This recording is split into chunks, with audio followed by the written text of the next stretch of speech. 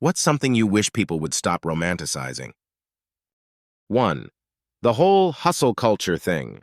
Like everyone's out here romanticizing, grinding 24/7s, working yourself into the ground, and acting like burnout is some kind of badge of honor. 2. Owning a horse.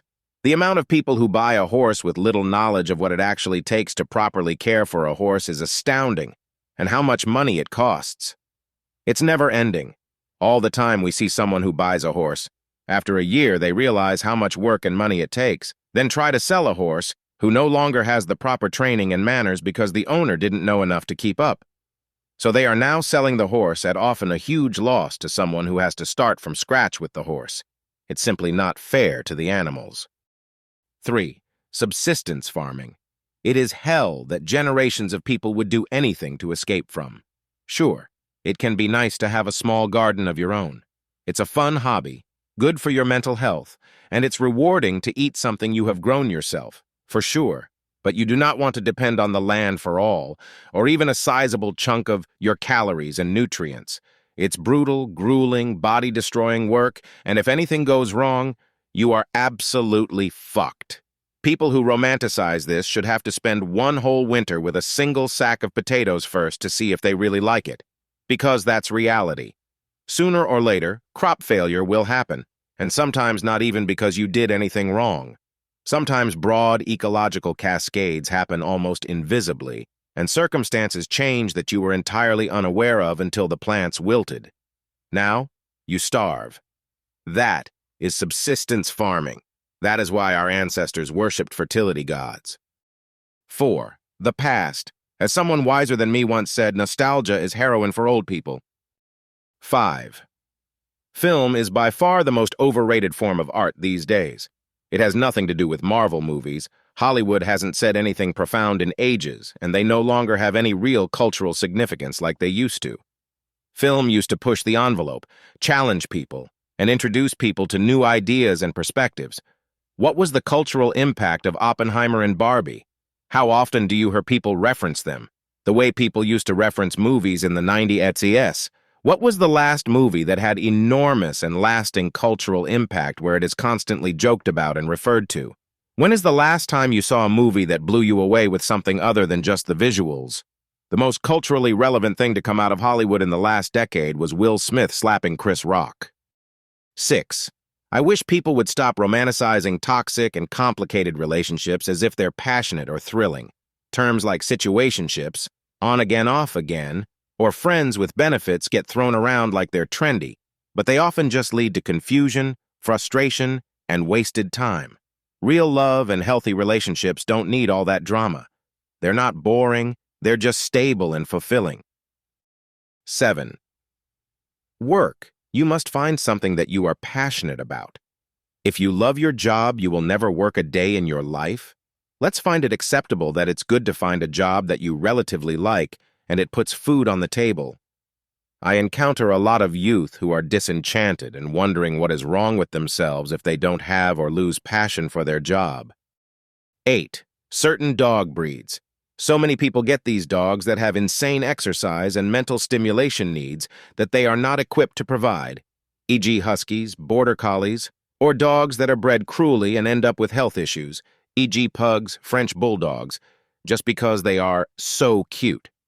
Getting a dog simply because of the way it looks and not doing any research about the breed is setting the dog and yourself up for failure. 9. Jealousy. People think it's so great to have someone get jealous over them. It's made out to be the ultimate love. It is not. It is not love at all. It's a red flag, and there's nothing sweet or cute or affectionate about it at all.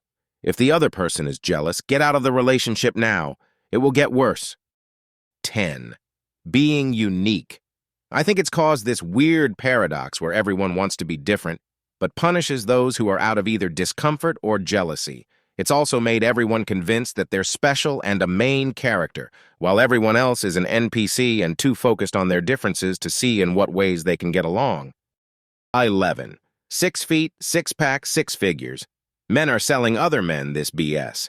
While some women may want those things, it is not canon. Attraction ebbs and flows based on how you act, your empathy, integrity, kindness, confidence, and humor. If you take care of yourself by going to the doctor and dentist, keep your house tidy and comfortable, and have emotional intelligence, you'll go much further than some finance gym bro with the personality of a used toothpick. If you believe the 666 mantra and don't fit any of those, you are a self-fulfilling prophecy of your own doing. We can pick up on insecurity and anger. Stop listening to what men tell you women want, and listen to your target audience. 12. Living in the country. I'm fighting and losing a war against spiders, snakes, birds, raccoons, mice, mosquitoes, ladybugs, stink bugs, and the never-ending encroachment of poison oak and sumac. Plus, it takes me 6 hours to mow the lawn, during which I usually run over a concealed tree branch or giant rock. 13. People don't realize that freedom from something is not freedom to do something.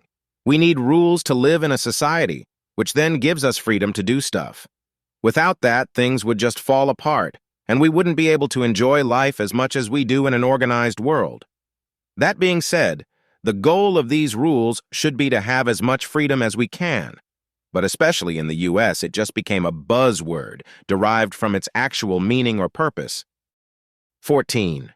Being called resilient, and people romanizing the idea of being this person who's gone through it all and come out on the other end. I saw those moments as survival. If I had an option to not go through those hardships, I'd pick that any day. Being resilient wasn't a choice, it was forced on me. 15. Gangs. Not exactly called gangs where I'm from, but they perform the same function with a few more decades of history behind them, I suppose. Shows like the Peaky Blinders would be more realistic to me, but they can and will care only for themselves. If they think you've done something against them, you get fucked. If you don't pay them, you get fucked. If they don't want you living in their area, you get out, and that's the end of that. If one of their top commanders wants something from you, you give them it. If they do something, don't question it. If they go to war with another gang and you've signed up with them for protection from another, you go, even if it kills you. They want someone dead and you're with them. You kill that person. If they want them tortured, you torture them. No matter how much you put into them, if you do something wrong, they will maim you or kill you or put you on a boat out of the country. Do something against them and they'll come to your door and assault you, even in front of your kids. Oh, I don't deny there can be some benefits, if that's what we want to call them. They protect the older people if they get robbed. They'll intervene if someone steals from you in your own house. If somebody is a drug addict or making trouble, you can get them put out of the estate. If someone is an unaffiliated drug dealer, you can get them kneecapped, or worse. But that doesn't make living in a will-they-won't-they state of living any easier or right.